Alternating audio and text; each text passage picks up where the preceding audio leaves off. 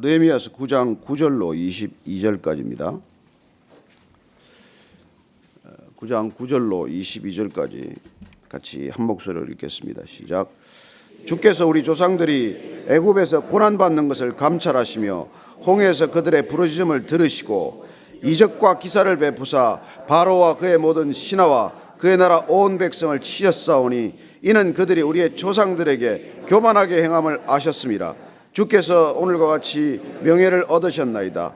또 주께서 우리 조상들 앞에서 바다를 갈라지게 하사 그들이 바다 가운데를 육지같이 통과하게 하시고 쫓아오는 자들을 돌을 큰 물에 던짐과 같이 깊은 물에 던지시고 낮에는 구름 기둥으로 인도하시고 밤에는 불 기둥으로 그들이 행할 길을 그들에게 비추셨사오며 또 시내산에 강림하시고 하늘에서부터 그들과 말씀하사 정직한 규례와 진정한 율법과 선한 율례와 계명을 그들에게 주시고 거룩한 안식일을 그들에게 알리시며 주의 종 모세를 통하여 계명과 율례와 율법을 그들에게 명령하시고 그들의 굶주림 때문에 그들에게 양식을 주시며 그들의 목마름 때문에 그들에게 반석에서 물을 내시고 또 주께서 옛적에 손을 들어 맹세하시고 주겠다고 하신 땅을 들어가서 차지하라 말씀하셨사오나 그들과 우리 조상들이 교만하고 목을 굳게 하여 주의 명령을 듣지 아니하고 거역하며 주께서 그들 가운데서 행하신 기사를 기억하지 아니하고 목을 굳게 하며 패역하여 스스로 한 우두머리를 세우고 종되었던 땅으로 돌아가고자 하였나이다. 그러나 주께서는 용서하시는 하나님이시라 은혜로우시며 긍휼히 여기시며 더디 노하시며 인자가 풍부하심으로 그들을 버리지 아니하셨나이다. 또 그들이 자기들을 위하여 송아지를 부어 만들고 이르기를 이는 곧 너희를 인도하여 애굽에서 나오게 한 신이라 하여 하나님을 크게 모독하였사오나 주께서는 주의 크신 긍휼로 그들을 광야에 버리지 아니하시고 낮에는 구름 기둥이 그들에게서 떠나지 아니하고 길을 인도하며 밤에는 불 기둥이 그들이 갈 길을 비추게 하셨사오며 또 주의 선한 영을 주사 그들을 가르치시며 주의 만나가 그들의 입에서 끊어지지 않게 하시고 그들의 목마름을 인하여 그들에게 물을 주어 40년 동안 들에서 기르시되 부족함이 없게 하심으로 그 옷이 헤어지지 아니하였고 발이 부르트지 아니하였사오며 또 나라들과 족속들을 그들에게 각각 나누어 주시매 그들이 시온의 땅 곧 헤스본 왕의 땅과 바산 왕 옥의 땅을 차지하였나이다. 아멘.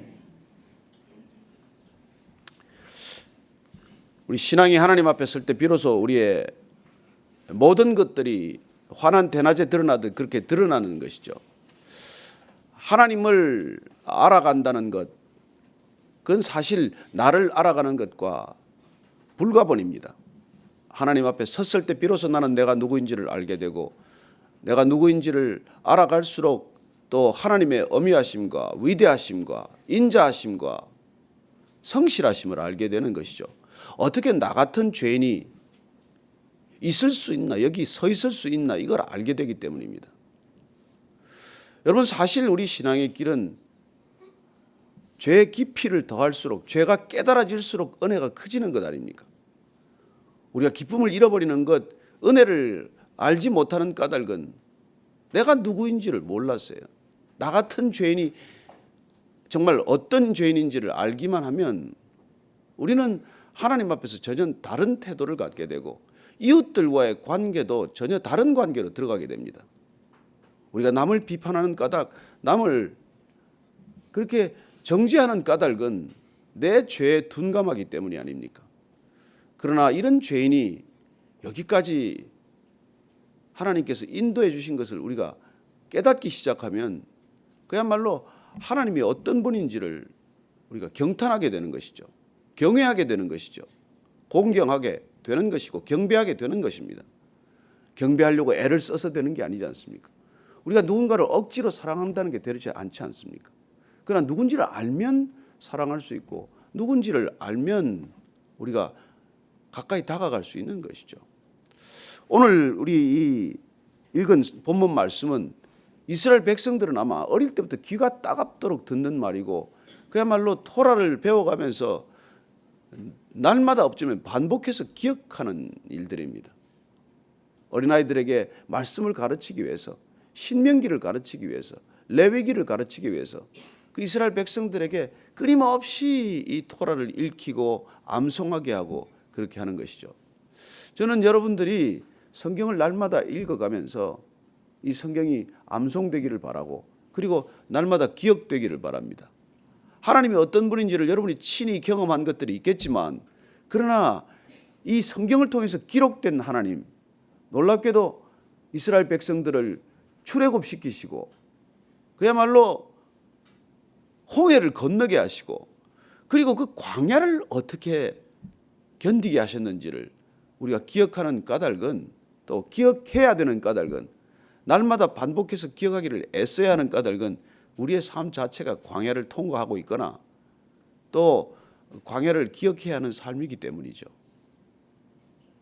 여러분, 신앙의 삶이란 광야의 삶 아닙니까? 광야를 반드시 통과해야 되는 삶 아닙니까? 광야의 삶을 결코 잊어서는 안 되는 삶 아닙니까?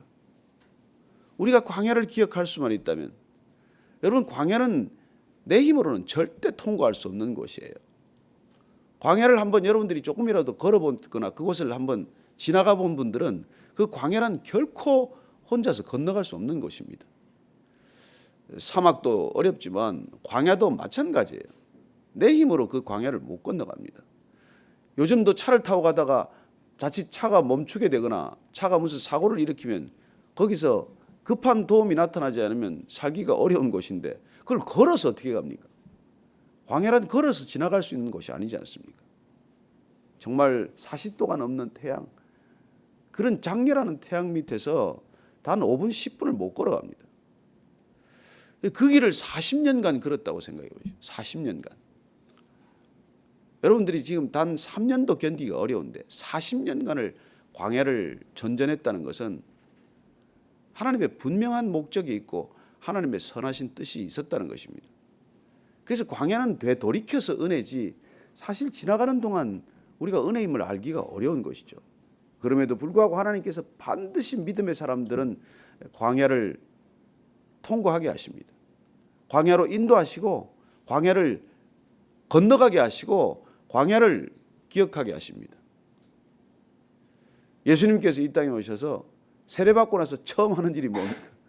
광야로 나가서 40일 금식하시고 그리고 마귀의 시험을 받는 것을 보게 됩니다. 광야를 통과하지 않고 공생애는 시작되지 않습니다. 광야의 시험을 패스하지 않고 우리에게는 진정한 그리스도인의 삶이 시작되지 않기 때문이죠. 저는 여러분들이 가능한 빨리 패스하게 되길 바랍니다. 합격하고 나서 도로 또 옛날 삶으로 돌아가지 않게 되길 바랍니다. 광야를 거쳐야 하는 이유는 광야에서 우리는 비로소 하나님이 누구신지를 알기 때문입니다. 광야에서 비로소 우리는 삶이 단순해지기 때문입니다. 우리는 얼마나 삶이 복잡합니까? 얼마나 이게 힘든 상황이에요. 관계도 많고 생각해야 될 것도 많고 필요한 것도 많고, 이렇게 복잡한 삶 속에서 우리가 하나님에 집중하기가 어렵거든요. 하나님께 몰입하기가 어렵지 않습니까? 그 왜 하나님은 광야로 부르십니까? 광야란 하나님께 몰입할 수 있는 완전한 세팅이기 때문에 그렇죠. 광야에 뭐가 있습니까? 사방을 둘러보십시오. 뭐가 있겠어요? 건물이 있습니까? 무슨 쇼핑몰이 있습니까? 거기 무슨 학교가 있습니까? 병원이 있습니까? 거기 무슨 빌딩이 있습니까? 유흥가가 있습니까? 거기는 사방을 둘러봐야 아무것도 볼 게 없고 오직 하늘을 바라보아야 하는 곳이거든요. 그래서 하나님께서 광야로 불러내셔서 만나를 하늘에서 내려주는 그런 은혜부터 시작하지 않습니까? 모든 먹고 사는 것이 바로에 의존했던 사람을, 바로에 의존하는 것이 당연하다고 생각했던 그 이스라엘 백성들을 불러내셔서 이제 먹고 사는 게 하늘로부터 오는 것이라는 것, 하나님으로부터 시작된다는 것, 하나님의 은혜가 우리의 생존을 결정한다는 것, 그걸 날마다 목격하고 경험하게 하는 것이죠. 아침에 일찍 일어나야 합니다. 해가 지면 만나가 사라지기 때문이죠. 아침에 일찍 나가서 거둬야 합니다. 하루분만. 이틀분 걷어봐야 소용없어요. 여러분, 신앙은 하루분 아닙니까? 아침에 여러분들 만나 거두지 못하면 하루 굶는 거예요. 오늘 아침 일찍 만나를 여러분들이 거두지 못하면 오늘 먹고 살 게 없는 겁니다. 그렇다고 내일 아침 늦잠 자겠다고 오늘 이틀분 걷어봐야 못 쓰게 돼요. 못 먹게 돼요. 그래서 여러분들은 내일 아침에 또 나오셔야 되는 겁니다. 오늘 거는 오늘로서 이미 족한 거고 내일 거 오늘 못 거둡니다. 영성은 그렇게 축적되지 않습니다. 우리가 한번 쌓아서 일생 먹고 살 수 있으면 얼마나 좋겠습니까? 영적인 훈련도 대박이 터지면 얼마나 좋겠습니까? 그러나 그렇지 않습니다.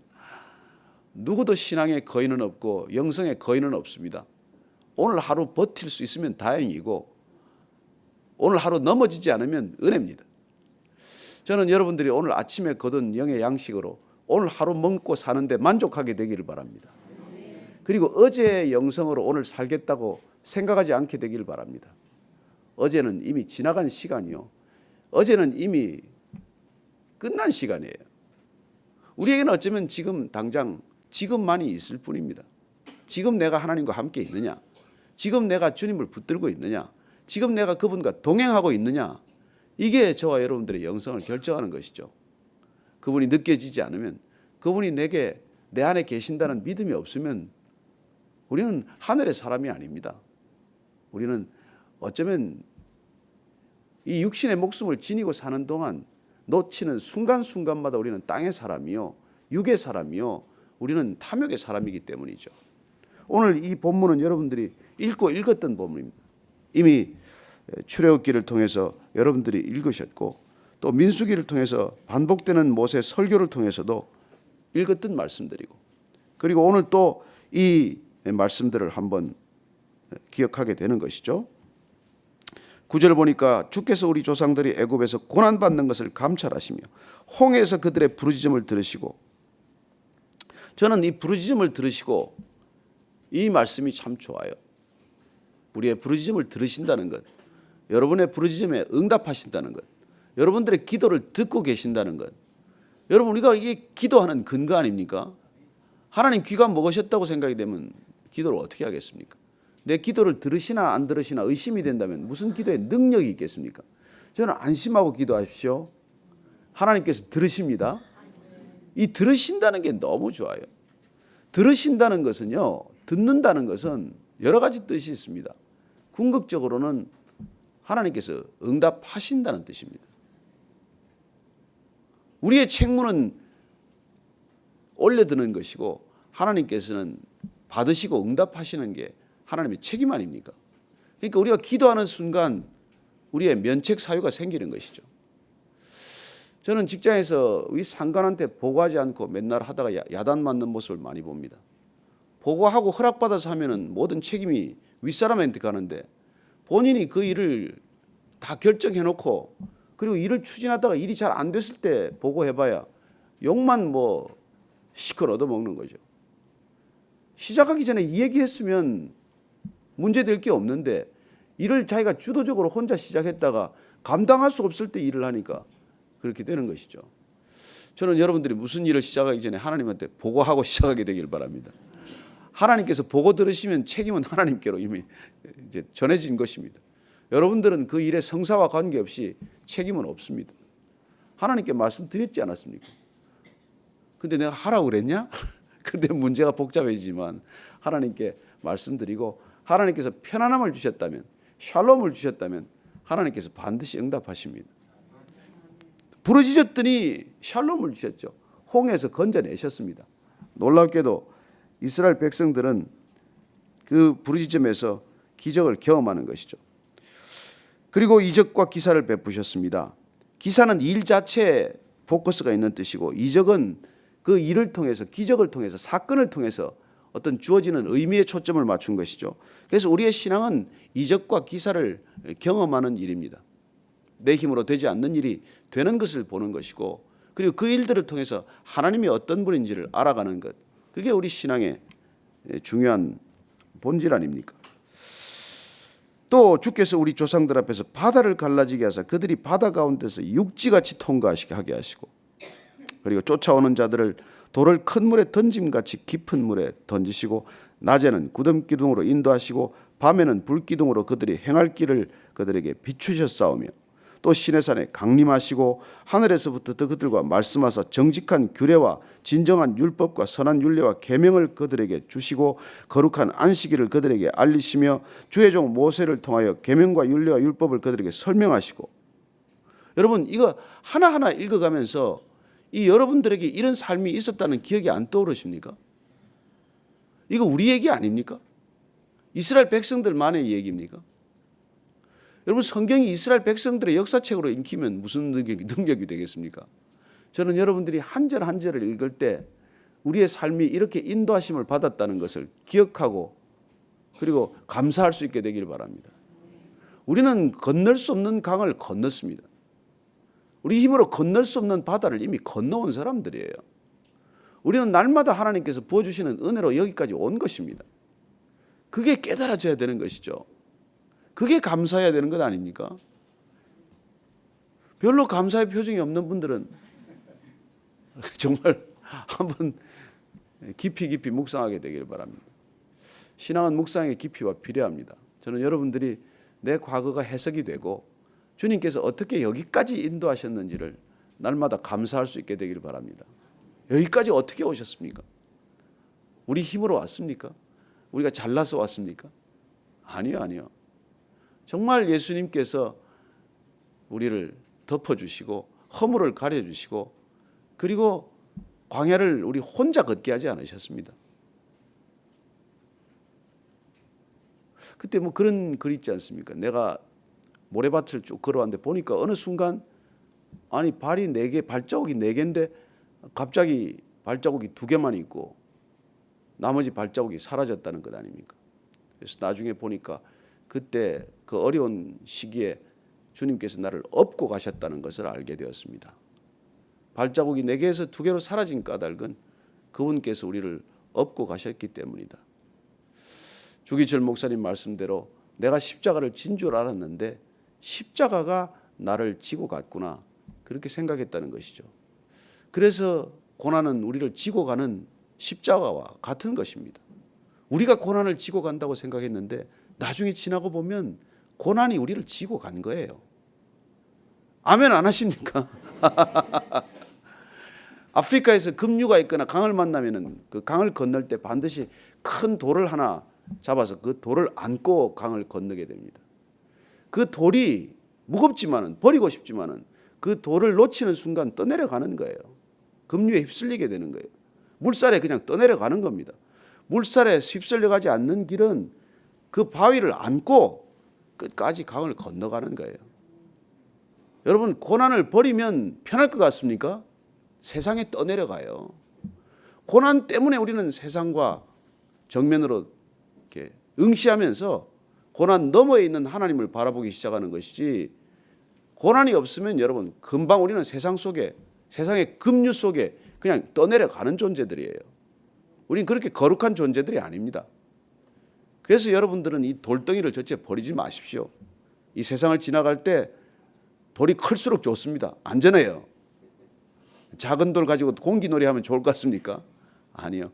저는 여러분들이 인생의 고난을 무거운 돌덩이처럼 여기지 말고 나를 지켜주는 안전한 밧줄처럼 여기게 되기를 바랍니다. 그렇게 지나갔다는 거예요. 그때 주님께서 그냥 구름 기둥으로 불 기둥으로 안내하시고, 그리고 만나와 메추라기를 내주시고 반석에서 물을 내시고, 그렇습니다. 광야는 축복이었습니다. 돌아보니 광야는 온전한 축복이었습니다. 얼마나 감사했을까요? 이스라엘 백성들은 이 기억이 있기 때문에 하나님에 대한 놀라운 은혜를 날마다 기억하는 백성이 된 것이죠. 저와 여러분들이 이 은혜를 놓치지 않게 되기를 바랍니다. 그래서 그들이 한때는, 우리 조상들이 16절 이하 17절 읽습니다. 시작. 그들과 우리 조상들이 교만하고 목을 굳게 하여 주의 명령을 듣지 아니하고 거역하며 주께서 그들 가운데서 행하신 기사를 기억하지 아니하고 목을 굳게 하며 배역하여 스스로 한 우두머리를 세우고 종되었던 땅으로 돌아가고자 하였나이다. 그러나 주께서는 용서하시는 하나님이시라 은혜로우시며 긍휼히 여기시며 더디 노하시며 인자가 풍부하심으로 그들을 버리지 아니하셨나이다. 여러분, 완전식품 만나를 먹더니 금방 물려버렸어요. 그래서 애굽을 그리워하게 됩니다. 거기는 고기도 먹었고 거기는 부추도 외도 과일도 야채도 먹었다는 것이죠. 이 만나만으로 만족하지 못하는 그런 불평이 터져나오지 않습니까?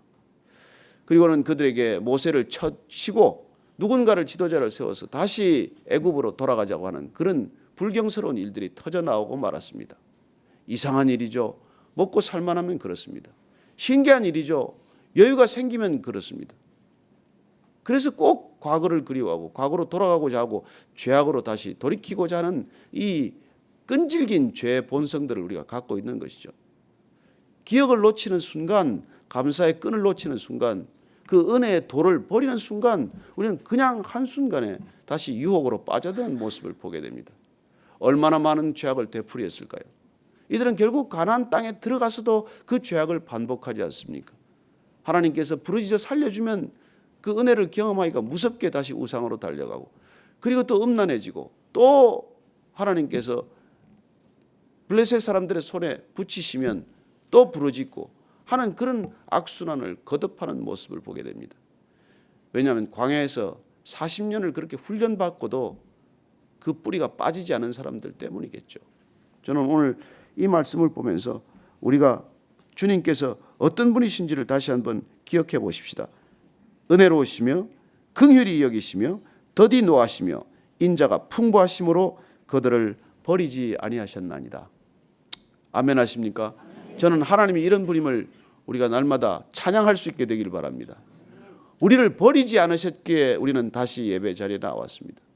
우리는 그분께서 우리를 날마다 인자로 관을 씌우셨기에 여기 이렇게 예배드리는 존재가 된 것이죠. 저는 오늘도 이 예배 자리에서 하나님을 찬양할 수 있게 되길 바랍니다. 먼저 찬송하시고, 그리고 먼저 감사하시고, 먼저 은혜를 기억하시고, 그리고 뒤에 끝에 하나 추신 PS 해가지고 주님한테 그런데 요거만 하나 좀 도와주십시오. 그렇게 기도할 수 있게 되길 바랍니다. 요구가 너무 많으면 듣는 사람이 지치지 않습니까? 그러나 그냥 뭐 하나님 정말 뭐 제 일입니다. 정말 전 더 바랄 게 없습니다. 근데 요거 하나 좀 해결해 주시라 그러면 마음이 쉽게 열리지 않겠습니까? 저는 그 어린아이가 아빠한테 달려와서 아빠한테 재롱을 부리는 아이는 다 얻어갑니다. 근데 아빠한테 요구만 하는 아이는 제대로 못 얻습니다. 저는 여러분들이 하나님을 기쁘시게 하는데 우리의 생애를 바쳐드리게 되길 바랍니다.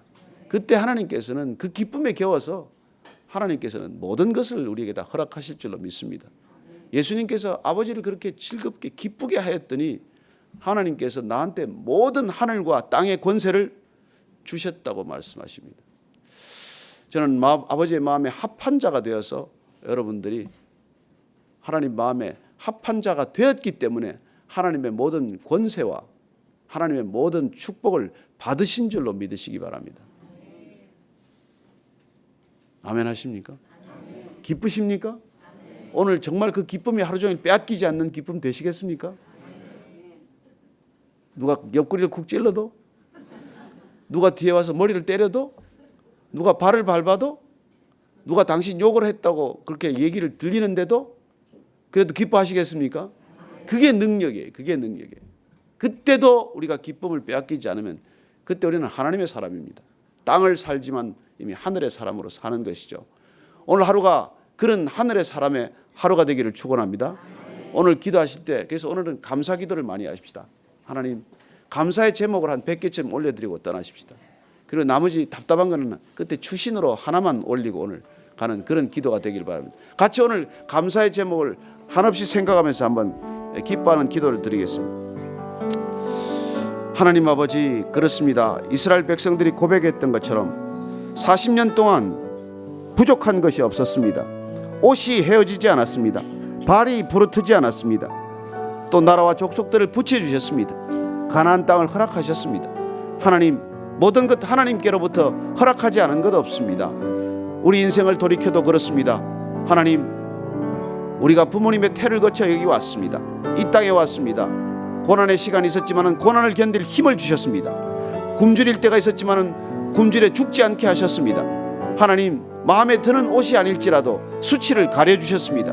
하나님께서 모든 것 다 주님께서 은혜로 주셨음에도 불구하고 주님, 내가 애굽으로 돌아가자 할 때도 주님께서는 우리를 인내하셨습니다. 견뎌주셨습니다. 참아주셨습니다. 하나님 감사합니다. 주님께서 그토록 우리를 붙들어 주시고 우리를 사랑하시니 주님, 그 사랑에 보답하는 우리의 일생이 되게 하시고 그 기쁨을 빼앗기지 않는 기쁨으로 흘려보내는 인생 되게 하여 주옵소서. 하나님, 오늘도 그런 기쁨과 빼앗기지 않는 기쁨과 빼앗기지 않는 은혜와 빼앗기지 않는 믿음을 갖고 사는 하루가 되게 하여 주옵소서. 하나님 감사합니다. 주님께서 우리를 사랑한다, 내가 너를 기뻐한다 하시는 그 음성 단 한 차례 들었다고 할지라도 영원한 음성 되었사오니 주님께 사랑받는 존재, 주님이 기뻐하는 존재임이 흔들리지 않는 믿음의 반석 되게 하여 주옵소서.